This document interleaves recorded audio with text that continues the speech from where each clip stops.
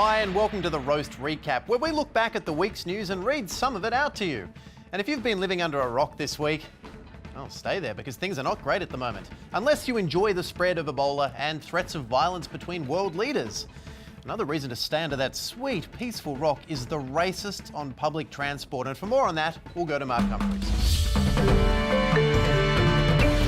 Another video showing an Australian being racist on public transport appeared over the weekend. In the words of someone who just received an entire VHS box set of Dharma and Greg, I hate these videos. The video allegedly shows a young man racially abusing a security guard on a train after he was asked to take his feet off the seat. We would show you the video, but you know what Australian racism's like. We grew here, you flew here, go back to where you came from, I'm willfully ignorant and driven by fear and hatred, you know, all the hits. The racist tirade occurred in Brisbane, so hopefully there won't be too many foreigners around there anytime soon. Brisbane ready to host G20 summit. Ah, crap. Good thing those foreign dignitaries won't be taking public transport. Prime Minister Tony Abbott was in Brisbane and strongly criticised the tirade.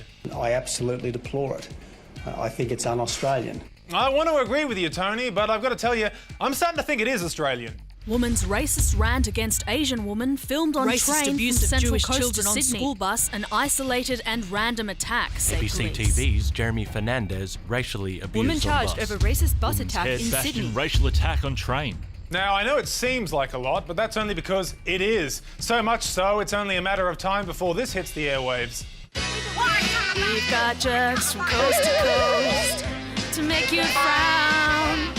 People saying hateful words as they travel around town. You're the dinky dot true blue, the racist things you do. Australia, Australia, this is you. And unlike the reviews for Australia's funniest home videos, the reviews of Australia's racist transport videos are actually quite positive. People do have a right to be bigots, you know. Oh, don't worry, George. They know. But unfortunately, until they start introducing special racist carriages on public transport, maybe it's safer to catch a cab. Blind Aboriginal singer Gurumul refused taxi in Melbourne. Okay, scrap that. Maybe just walk. Brutal hit and run may have been racist attack. Okay, maybe you should just remain stationary until the tiny minority of Australians who launch these racist tirades can realise that Australia is a multicultural country, and if they don't like that, they can take some transport back to where they apparently come from, 18th century England. For the roast, I'm Mark Humphries. Moving now from an irrational hatred to a legitimate one, final exams. The most feared exam since the prostate exam came into vogue. And as the saying goes, you always fear what you don't understand, which is why we compiled this handy guide to help you understand final exams and legitimise your fear of them. I'm really nervous about our end of school exams. Me too. What if I don't get 100% and I can't go to uni? Then I can't get a job. Then I end up living in a bin eating rotten food off the bottom of old tennis shoes before I die in a crack pipe bin fire. The Roast presents an honest guide for your final school exams, or the last time you will ever use a pen. Now, I know it's hard to believe, but Year 12 is actually the best time of your life.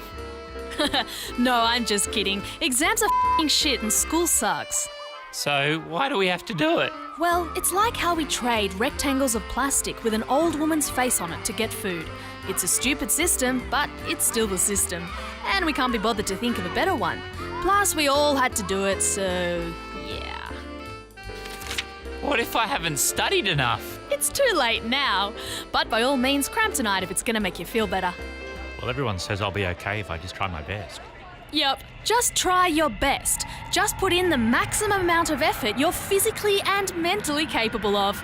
Because at least if you get a bad result, you know it's not because you didn't try, it's because you reached the absolute limit of your human potential. Good luck! Once you're exhausted, confused and stressed inside the exam room, remember that reading time is bullshit. Use it to sneakily write notes when the examiners aren't watching. But remember, your pens will also suffer exam anxiety, so bring at least 500 in case 499 fail. They will all fail. Use your calculator for even the most basic calculations because your brain won't work. And if you're stuck in the English exam, use big words. Here are some examples. And remember, everything is a metaphor for something. Just make it up. No one can prove you wrong. We did it! Once the exams end, you'll immediately forget everything you just learnt, which is fine because according to the news, you'll probably die at schoolies. But if you do survive, you'll always have those terrible memories about school exams that will haunt your dreams forever. It's a great system. And if exams don't haunt your dreams, then Mark Holden's appearance on Dancing with the Stars definitely will.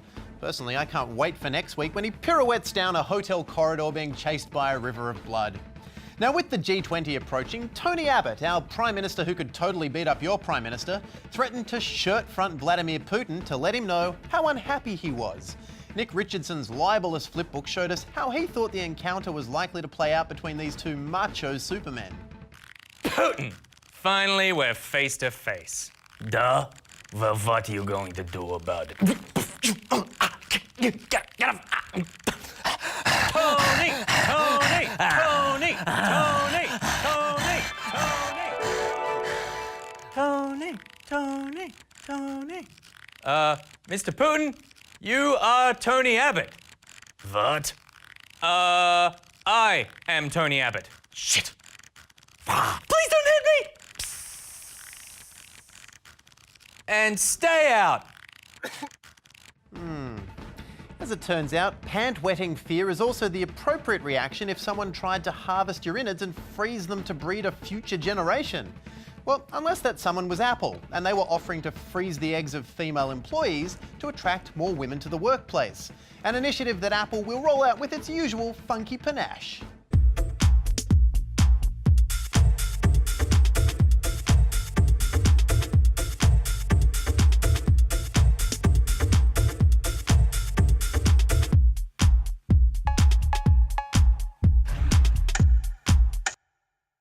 Do you like pie?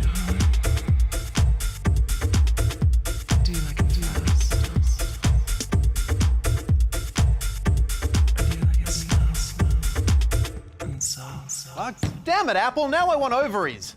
Tell you what I don't want though, and that's to appear in News Corp's new ad. Imagine, you find yourself on a train, suddenly surrounded by conservative columnists. New South Wales Premier Mike Baird is there, helping sell a newspaper, and you have no idea why. What would you do? What would you do?